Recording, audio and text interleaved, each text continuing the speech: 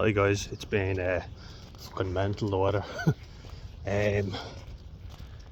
Absolutely insane. Like, to think that last week I was out sunbathing, and now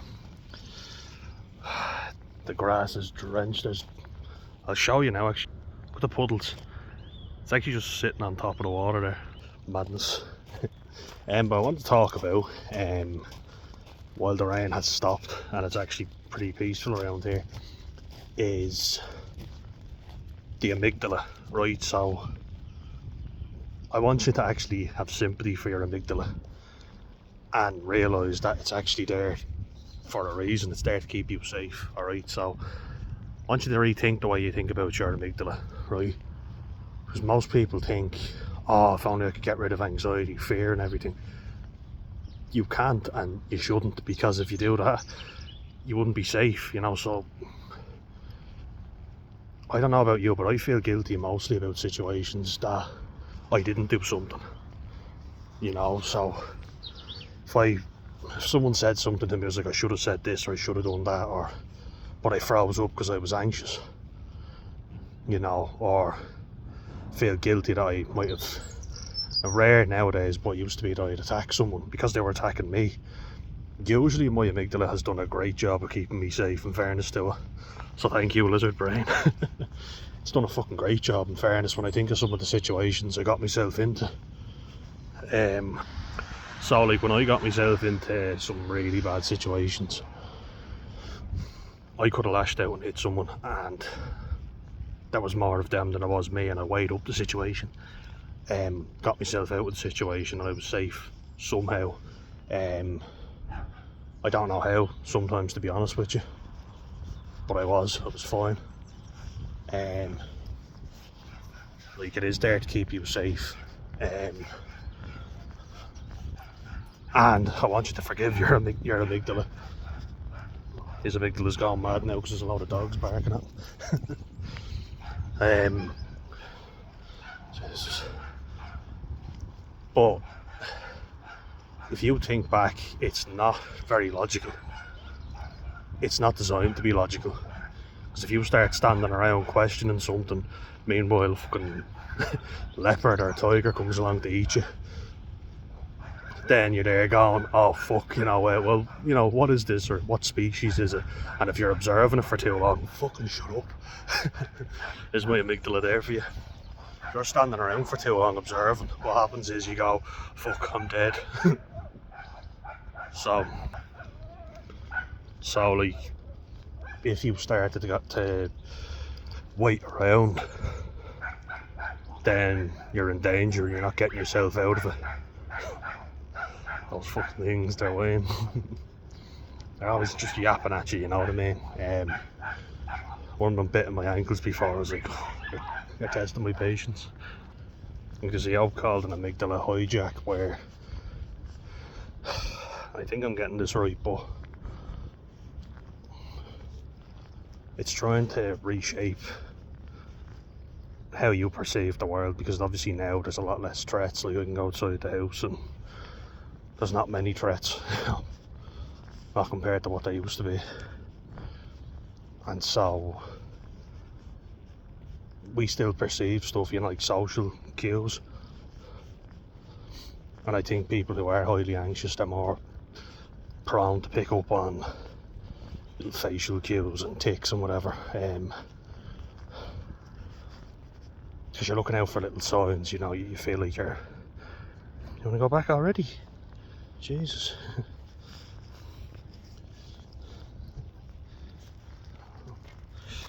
Alf didn't want to go anywhere. Look at him, he's playing in the puddle. Good boy. Now drink it. The size of that. You like that, don't you? Good boy. I'll go off and I'll see you in a bit. You alright? Yeah. I'll go off and I'll see you in a bit. Alright? Don't drink that, don't drink that. Good man, good boy.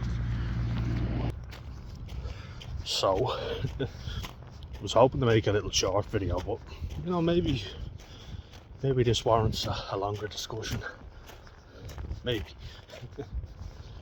Alf's safe now anyway, and hopefully not drinking out of puddles. See you in a bit, little fella. I brought him on a walk already today, and he doesn't go as far anymore on the roads since he got neutered, but usually bring him on 2. Down at the beach he tends to go further, but it's not very nice down the beach, but it's very windy. So yeah, tend to bring him when it's a bit nicer. But yeah, he seems to be okay now. He's just tired, you know. He used to go for miles. You'd have to beg him to stop, and now he's begging us. But yeah, so I wanted to talk about taking control of the amygdala, but also appreciating what it does. It does a very important job. Like, I could walk out in front of a bus if my amygdala didn't go, don't fucking do that, you'll get hit. You know? Problem is, you don't want it taking over your entire life, so it can do that, and that's not good either, right? Being a very anxious person, I know that I've probably got an overworked amygdala. Don't need to tell me twice. But just 1 sec. Yeah, sorry, I'm just a bit dozy today. I was showing my mum and my brother how to use the auto mower. Posted a video there about one of them. I get very frustrated with that. I don't know if that's my amygdala taking over, but I get annoyed when they're not paying attention, because it's like, if you know how to fix it, it saves you a lot of fucking money. But lots of people don't tell you what to do, so I've had to find out the hard way. Because I want to move out, you know, and that's the aim. Last time I moved out, didn't go so well. Thought things were going well, but families, I was worried about my mum. I came back and the place was in a state, so I thought I'd better stay a bit longer, get a job locally.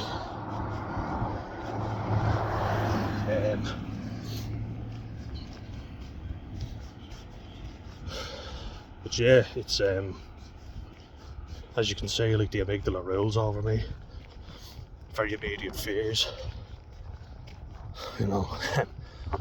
Sometimes I even get anxious just doing this, to be honest. You hear I get short of breath, it's because I forget to breathe. Sometimes you get an excited anxiety, if you like. Anxiety. Anxiety, we'll call it. It sounds like D4, anxiety. But if I've learned anything from my many years of therapy, many fucking years of therapy, DBT and CFT being the best, what I've learned is that you were once in a situation that had a profound impact on you, sometimes many, right? And because of that, that shapes the way you view the world now. And when I talk about it, and I don't try and blame family members, but think they didn't have the tools at the time, and they still don't, a lot of them. I try and be more empathetic. It's hard at times though, you know, it really is. Because you think you should have done more for a child and you didn't. Never mind the vulnerable child. Like, my parents will look at me and go, what are you so worried about? And older people will say, what have you got to be anxious about? Quite a bit, actually. The fact that I'll never own my own house, or they say there's loads of jobs out there. I've applied for loads of them. I've got a college degree and I'm working a menial fucking job. And I'm not putting down people who work menial jobs, you know. I've done them, I know how hard they are, and I empathise 100%. That's why I'm never rude to wait staff, as they call them, waiters and people in cafes, because I know how difficult that is, so you can empathise with people. And maybe if I ever become a parent, God forbid, I'll be able to empathise even more with my own parents, because I don't think it's easy, especially not raising an autistic kid. But the empathising comes more with my mum on that, because she did most of the raising, you know. And I love my dad, you know, I really do, and I feel for him. I feel like, you know, he was abused and he didn't have a good childhood, you know. And if you can picture him as a young lad, your heart goes out to him. You think he's not evil, you know, he's not a bad person, but he's a fucked up person. As we all are to a degree, but I feel like he was, feels like everybody talks to him like he's a simpleton. Like my auntie and my uncles, and then me and my brother by proxy. Don't even know if that makes sense, but I mean, because we're his sons, out of all the other cousins, we're seen as the two nitwits, if you like, given the fact that we're overweight as well. None of the other family here. That just adds more fuel to the fucking fire. We've done more for the family than anyone else. I've said that before, but the reason I'm talking about that in relation to the amygdala is I was a kid, a vulnerable young kid in a vulnerable situation, and you know, I was threatened by older kids, I was given out to by my parents, and so I had the fear that I was going to get attacked, and then when I got attacked, if I fought back, I was going to get in trouble for fighting back. People would scream at me. Then there was also shame, guilt and embarrassment at the fact that, you know, teachers and other parents were putting me down, saying that I was such a, you know, a wild kid and a wild child. Not in that sense though, you know, because I wasn't the cool kid who everybody wanted to be friends with, far fucking from it. So it's isolating. It's extremely isolating, and I noticed that my mum a lot of times has said, which really fucking pisses me off, she'll say, oh, that was in the past, you need to let that go, but then go, your childhood is so important when it's somebody else. You know, the first couple of years of your life are so important, and they shape who you're going to be, but I have to let it go. Because it's convenient for her and my dad if we let it go. They don't want to talk about it. It's too painful for them, but I'm kind of like, well, it wasn't easy for me and my brother either. We were only kids, you know. And a lot of the shit that we go through now is because of what happened to us when we were kids. Like, it's easy to say I believe in you when you're sat on your own with your kids, but when there's other people around and they say something or put your kids down, it's harder to defend them. And when you do, that kid knows I'm safe. Anything happens, and my family are there for me. My cousin is there for me, my pals are there for me. So in many ways I'm very grateful to my poor old amygdala, because it did what it had to do. Looking back in hindsight, which is wonderful, I'm thinking I should have hit that fella, I should have, you know, but really examining stuff. If I did, you know, there were more of his mates, they had blades, they could have stabbed me, they probably would have stabbed me. All I had was a bit of, you know, bruised or damaged ego. None of them hit me, they all just, you know, were laughing, and I got angry and I shoved one of them, and then another lad came up and was like, we're not going to have any trouble, are we? And pulled the blade and kind of showed it to both of us, including his own mate, you know. I have a feeling he wouldn't have used it on him, but he was like, so we're going to sit down, we're going to go out and have a smoke, and we're going to relax, aren't we? I was like, better off having a smoke with these scumbags and just leaving than getting into a row. And it was someone's house, you know, I didn't mind the lad either, so I thought I don't want to get into a row and the house gets smashed up. There are a whole host of reasons, you know.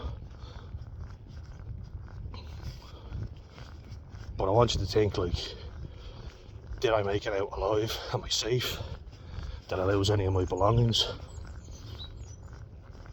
You know, am I 50 quid poorer because of what happened? And if the answer is, even if the answer is yes, it's only 50 quid, but if the answer is no, great. You know, is there anyone out to get me? No, happy days. You've got to, you know, you really have to be smart when, like, you're like me and you're not very sociable. You're more vulnerable. You know, you don't have many mates, you don't have family that are going to look after you. You've got to be clever. You can't just go around throwing haymakers, because if there's someone who has backup and they've got people in their corner, they'll fucking stab you, you know. Don't think about it twice. So, I've seen it. And justice won't be served, unfortunately. You get very light sentences, so chances are they'll only end up doing a small amount of time in jail, if even. So that's why I had really strong feelings about defending my brother and thinking, I'm not going to excuse myself anymore. I have to do something. Talk to your man, you know, let him know what he's done, because I'm no better than anybody else that I despise the way they've acted. You know, it's not my problem, somebody else will deal with it. And that's the real attitude that I see with my family, and I hate it. It's one of the things I don't like about them. They'll complain about something and do absolutely nothing about it. And when you propose a situation where you can actually do something, they go, no, just leave it, even though you can tell they're visibly upset by you, but they're not prepared to do anything about it. And I think to a large degree that's a very Irish thing. Hear Peter Kay joking about it. The Northerners in the north of England are a lot like us. He's like, it might be terrible, but you'd never complain. It were lovely. Shit all this.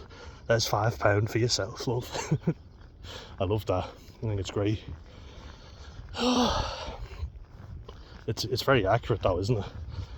You know, you complain about something to everyone sitting with you, but God forbid you say anything to the waitress. Or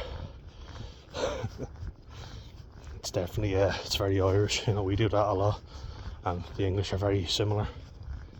In America, they're a lot more likely to complain because they pay such high tips, and you know, it's only right you should expect good service. But I don't like how they don't seem to say thank you. Some of them anyway don't say please or thank you to the waiters or waitresses. Some of them do, but it's definitely not as common as it is over here. You'd always say please and thank you, for sure, you know. I'd feel embarrassed and ashamed if I didn't. And we thank the bus driver as well. They've definitely got less narky over the years. But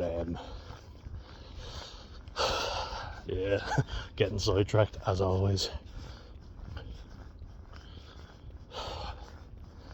The amygdala's there to keep you safe, and when you have, like I did, my brother did, we had adults screaming at us. You're not going to fight them because they beat the shit out of you because they're adults and you're a kid.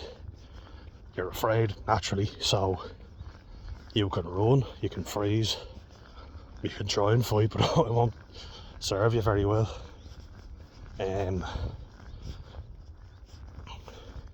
See how far that gets you.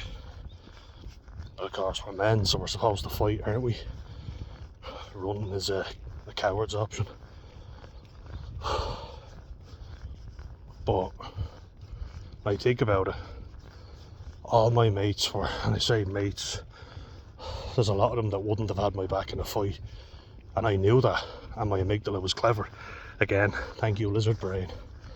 It weighed up the odds. It kind of said to me without me even realising, if shit hit the fan, could you count on these guys?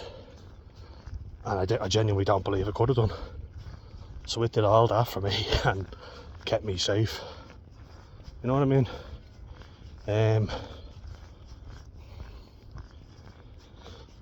And at the end of the day, do you want to go home slashed up, having had your phone, your wallet stolen? Look at Mark Billingham on SAS Out There's Wins. He's a good example because, again, a tough SOB. He said he was acting like the tough guy, and before he joined the army, this is, and he got stabbed and had to crawl home, barely made it home alive because he was going around throwing his weight around. That could have happened to me, and probably would have done if I'd been a gobshite. So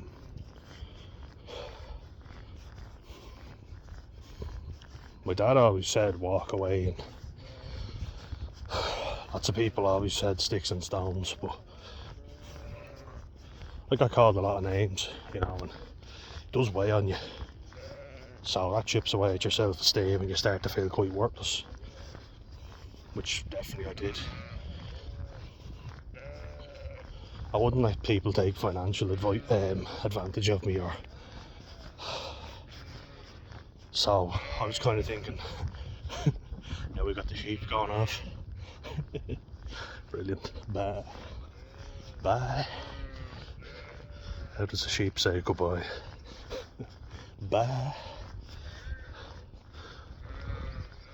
See you, lads. I love animals because they're genuine. They don't attack unless provoked, in most cases, or unless they're hungry. Yeah, but see, you're not going to get brownie points if you're a little scumbag. You're not going to get brownie points for starting on a little fella. You might get a laugh out of them, and I've seen it done before, where they'll take a lad's stuff and rough him up or whatever. But if you start on a big fella, now that's where you get brownie points. You might only do it on your own, but you know you've got your back up there if anything happens. And I watched the video of that incident I was talking about, with that young fella in Clonmel, and it's a very hard watch. It was a very hard watch, and it's upsetting to see. I don't like it. I really don't like seeing stuff like that, you know. And has he been taught his whole life to not fight? Or I certainly wasn't raised in a family of fighters, put it that way, you know. I met a lot of lads when I was boxing. I thought these are tough lads and really good role models, you know, because a lot of them were from really rough areas and were good lads, you know. They'd have your back. They all knew each other, and if I wasn't such an anxious wreck, I think I would have been good mates with them because they respected me. I was fucking terrified of them, but I didn't need to be because they were sound lads. They wouldn't do anything to you unless you did something to them. When you see the ferocity at which they were hitting them bags, and then when they'd spar, I was too fucking anxious and insecure. Yeah, I didn't believe in myself enough to stick at it, you know. I think about what would happen if I did, you know. It's something I wish I had stuck at. Maybe even, you know, done over rugby at times, because it kept me in great shape, but I had to pick one or the other, unfortunately. I was doing boxing, football and rugby, you know, to work off that nervous energy, and it definitely did. Like, it was great. All these sports kept me disciplined, gave me something to do as well. Van got a little bit close for comfort. Burn as well, representing the name. Nearly got killed by one of my relatives. But yeah, when I say, like,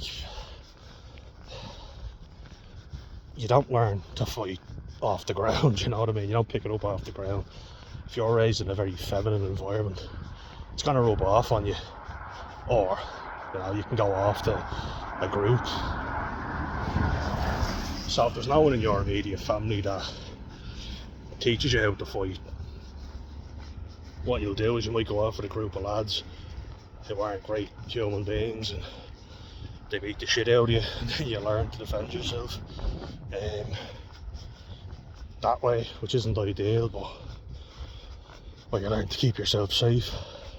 But what if you've got a neurodivergence like me and you're extremely anxious? And I find it hard even being in a room with people where I like everyone, because it's just hard to not get burnt out sometimes. My energy just goes and I'm exhausted, like it or not. I'm afraid of saying the wrong thing, and that's the amygdala. So that's the hijack that we need. I can never tell. It always confuses me. When I hear of amygdala hijack, I think it's being hijacked by something else, and I think that's right, but what I mean is I want to re-hijack it and say, no, the situation is not threatening, you know, so don't need to be afraid, you know, because there's enough situations that will get you exhausted. It is exhausting, isn't it, dealing with conflict and confrontation. It takes a lot of energy out of me, but sometimes it's necessary. That's why I talk about it, because just grave here, so pay my respects. But in an ultra feminized world, in a world full of feminism, the go-to is not going to be fighting. Use your words and feelings. Sometimes the nitty-gritty is needed. You know, we talk an awful lot nowadays and not do fucking anything. Meetings and shit, you know, it's fucking annoying. You know, used to do my head in, like when I was a peer supporter and student leader in college. When I was like, I can see what the issue is here. And yeah, we had to have all these meetings and nothing got resolved because they weren't prepared to take action. And I was like, fucking hell, what is the point? You know, I always live by the philosophy that actions speak louder than words. And there's no way you grow up in a good, loving environment if you don't learn that you can defend yourself and show if someone is fucking with you. My brother was only telling me about Rongo Keane. He was a big fella, a Maori, and he was an England strongman. Huge fucker. He saw a woman getting groped and, you know, molested basically with some creep. You know, and she said, get away from me, and he wouldn't. So he went over and he decked him, he boxed him, you know. The judge said to him, oh, you should know better, because you're a bigger lad. Resonated with me a lot. It was like, I got told that all the time. I was like, this fucker is annoying me, he won't stop bothering me, and I'm supposed to know better. Well, how about you do your fucking job and actually deal with them? Stop letting them piss me off. That was always the way. Bigger lad gets told he's in the wrong and he should know better. Why should I fucking know better? What makes you think I know better? Got away. Oh, we're doing up a new house here. It's flooded. Yeah, it's nice. Look at that. The puddles and all. Oh, it's badly flooded. Fuck. Yeah, very nice. Very good. Anyway. Yeah, I don't know why I should know better because I'm a bigger lad. I'm neurodivergent, you know, I'm technically handicapped, but I should know better. Okay, gotcha. Bullshit. Something like before, like, this is the mindset that you get with teachers. He started laughing, he hit me, and he was laughing. So I was like, fuck you, when I turned around and I hit him back and he started crying. I was really angry. I was like, you little prick, don't you fucking hit me. I was like, oh, you know, look at the size of you should know better as a child. So you're like, if you're a child, and that's what annoyed me about that Adolescence series. You know, talking to a child basically. And 13, you can tell me what you want, 13 is a child pretty much, throwing all these big terms at him and expecting him to know better. It's like, how? You're just confusing the poor lad. That's very confusing nowadays. Seems to be getting worse, not better. Gen Alpha, they have a lot of hardship ahead of them, unfortunately. But when you hear your feelings invalidated as well, that really damages your self-esteem. So you start to go, everybody's telling me it's the best time to be alive and you should be happy, you should be grateful, but you can't afford a house. Mental health crisis is at an all-time high.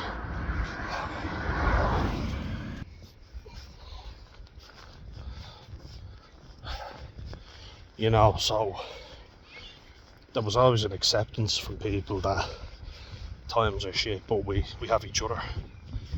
Now people say it's never been better to be alive, and I remember everybody said, like all my dad's mates or people he worked with, he doesn't have very close friends anymore.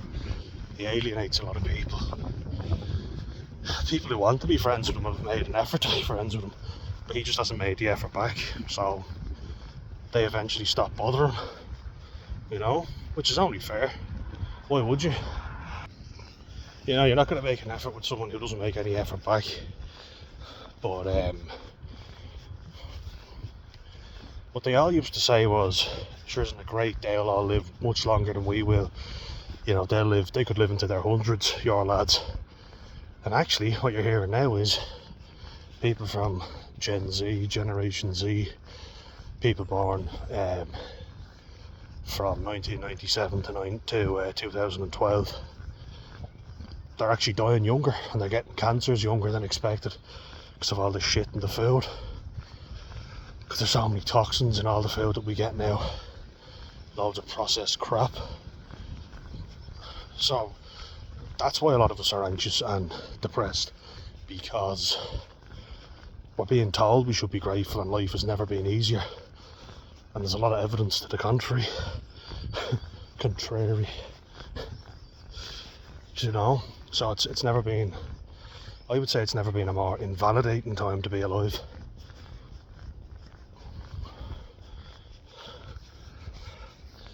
You know, and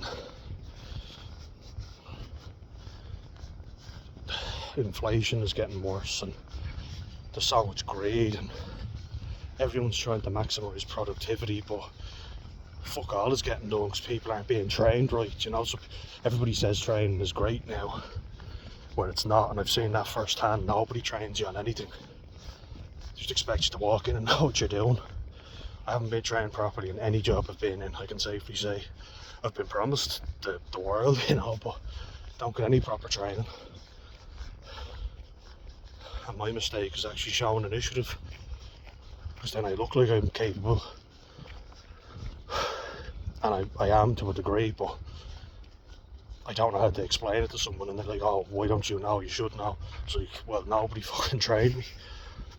My thinking is I'm being paid to do a job, so better do the job. You know, in SpongeBob, if I want a job done, I pay someone with a job to do that job. What are you trying to say? And he's looking after Squidward with the alphabet soup, get a job and all that. He makes the mistake of giving him too much comfort, and then he gets used to it, and he never wants to work again.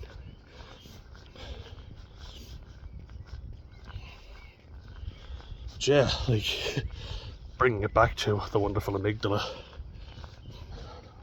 and Dermot Whalen talked about it in his meditation about shrinking the amygdala, which is a good idea, you know, definitely. I find it hard sometimes to meditate because I'm just so anxious and uneasy. Sea swimming, you know, walking. This is my therapy. Making this video because meditation has been in the moment, you know, and I certainly am right now. Plus when I vent, I feel like I let out a lot of shit that is bothering me, and I kind of let it go, even if I do repeat a lot of the same stuff.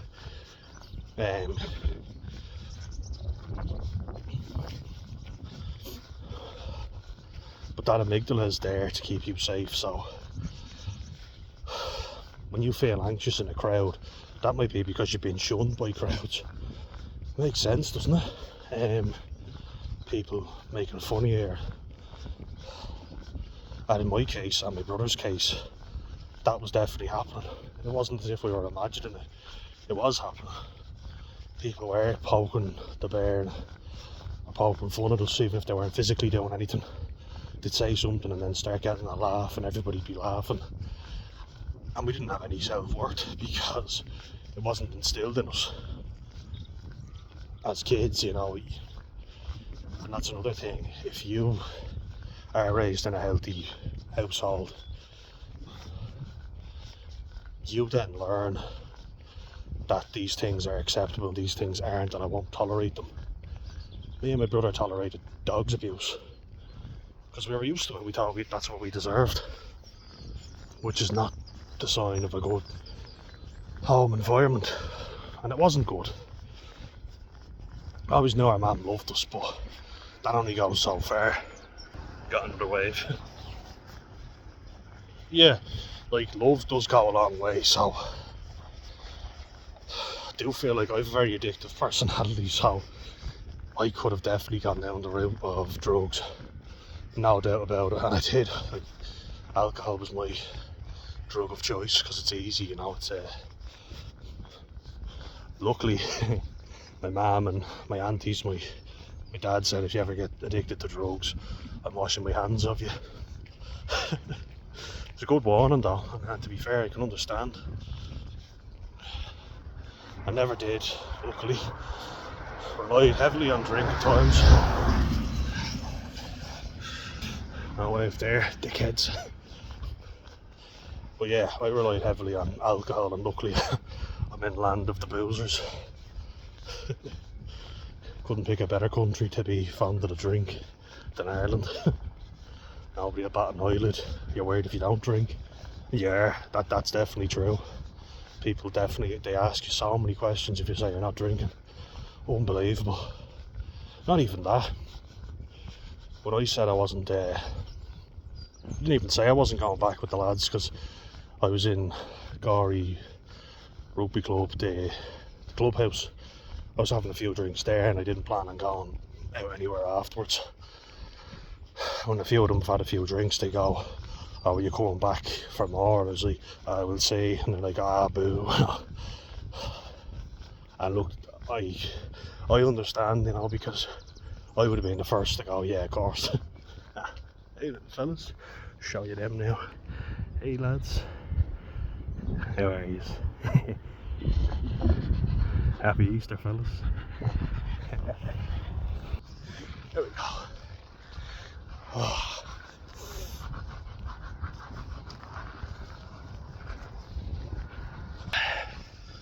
Just thought I'd show you that.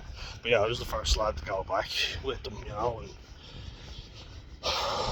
probably the last to leave, to be honest with you. Now obviously a lot more different, and there was supposed to be a game tomorrow, but not enough lads showed interest, and I'm very relieved, I have to say, because I don't know, I just don't think I'm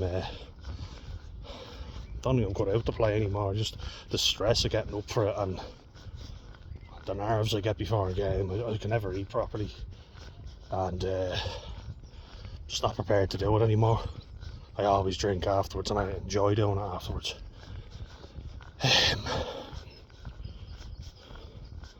And I think that fear also comes from not believing in yourself. Like, everybody says, look, of course you get nervous before a game. Some people even go so far as to say you shouldn't be playing if you're not nervous, and I kind of get that to a degree, but not when it becomes paralysing, and it has been. I hated the warm-up, I hated all the talk before a game. Again, actions speak louder than words. Just let's fucking go. Let's not talk about what we're gonna do, let's actually fucking do it. You know, sport was a real source of, you know, releasing frustration, relief, of course, because I was relieved to be done. The thing is though, it's weird because I was good at it and I enjoyed it, but I think what I hated and what I was anxious about was people ripping into me if I made a mistake, because they did that pretty fucking easily. If I fucked up in a game, my fucking supposed mates would be the first ones, and look, I get slagging to a degree. I do, look, and that's fine, but when everyone's ripping into you about every mistake you made in the game, it affects you negatively, it does. You're feeling pretty shit about it. You feel shit about it and you start going, why the fuck did I even bother? You know, it took enough fucking energy and strength and courage, all those things if you want to say about that, but sometimes just showing up was ballsy, which I'm appreciating now, because I didn't want to be there. You know. There's been times where I've been very anxious, but I kind of knew, yeah, I want to be there. Not sure what else am I going to do.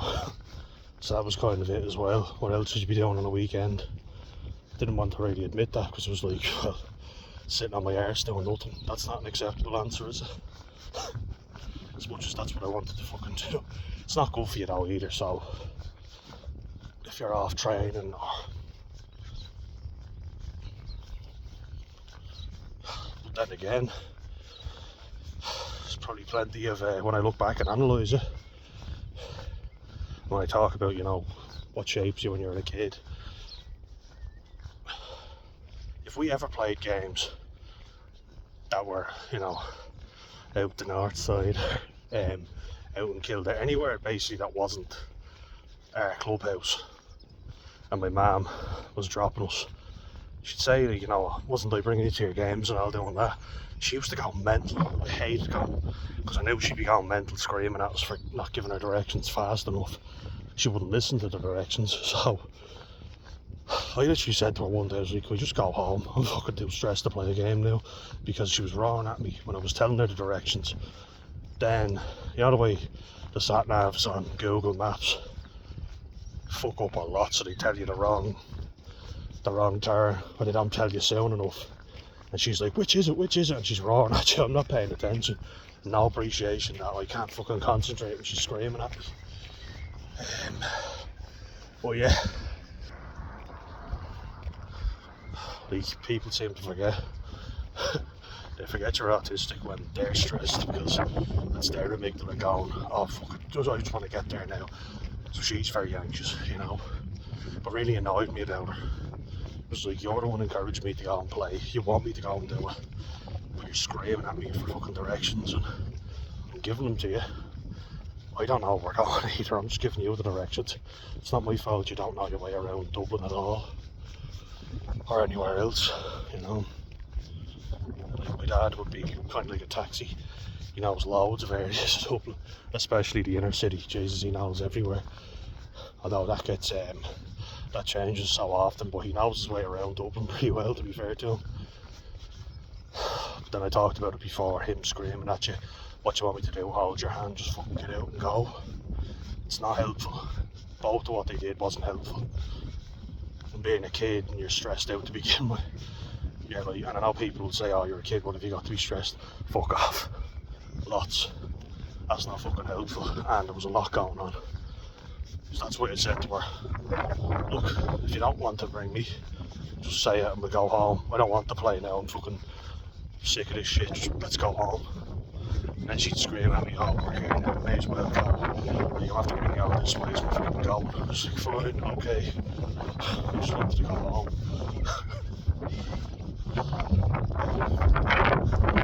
Lads had said they were raring to go and they couldn't wait for the game at the weekend. Lots of times I was delighted the game was called off because of the fucking stress. But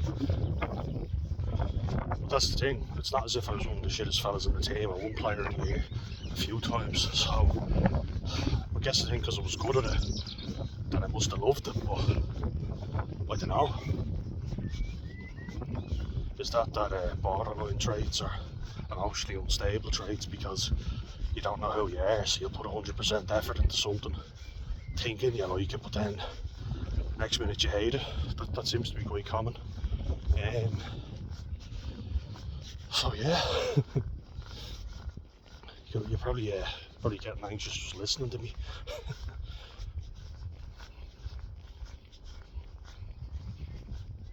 A lot of times I get that dry mouth, and I'm getting it right now. Really dry mouth, pains in my stomach, and just that horrible feeling. You start sweating and all as well. It's a terrible feeling.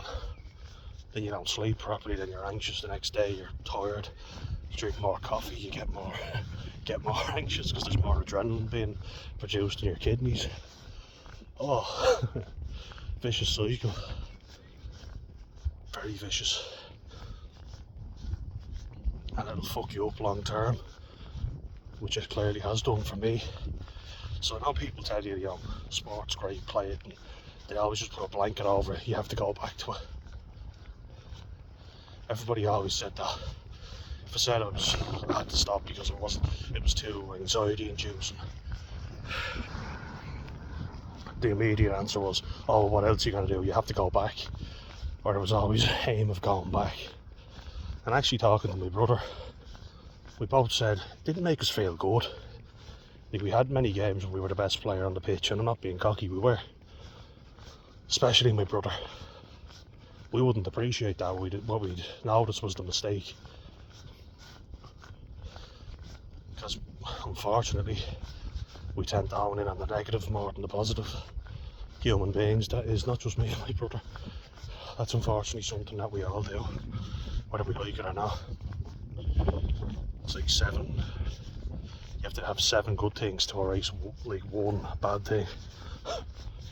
So that'll just tell you. Some people argue about that number, but I've heard 7, so that's what I'm going with.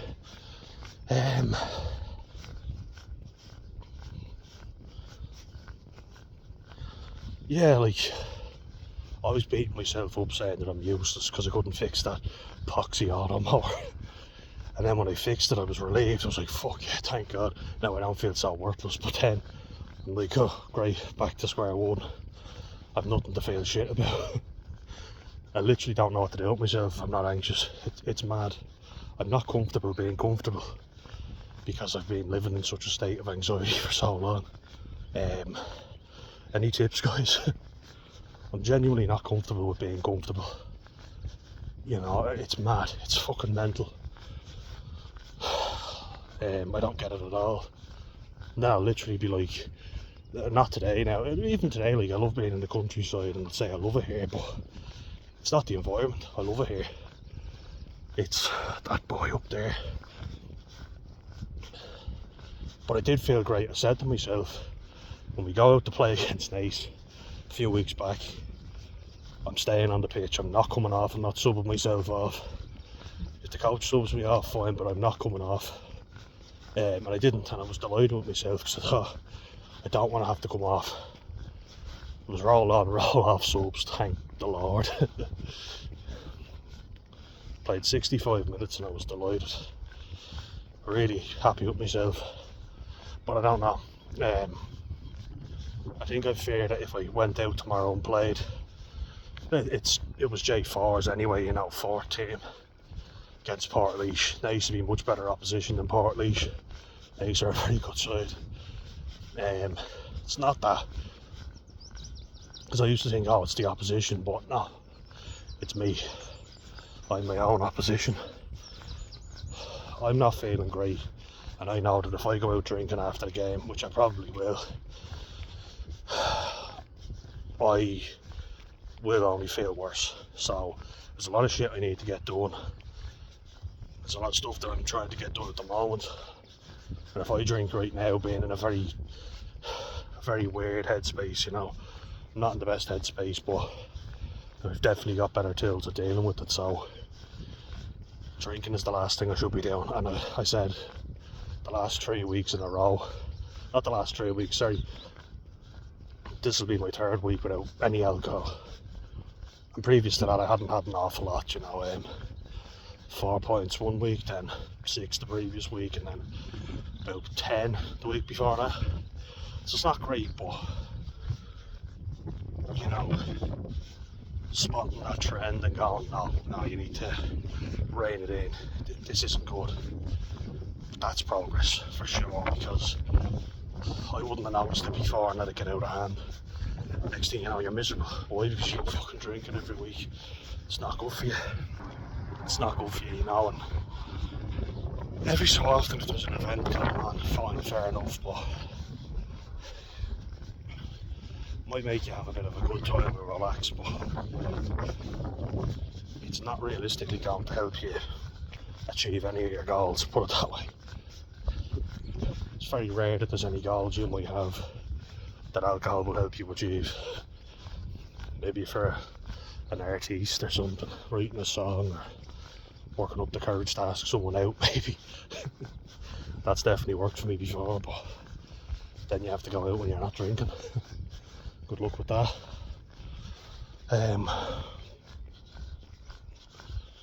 No, so spotting those things, you know, it's very important. Control that amygdala, you know, because if you don't, it'll fucking control you, and you don't want that. Leave it on that one, guys.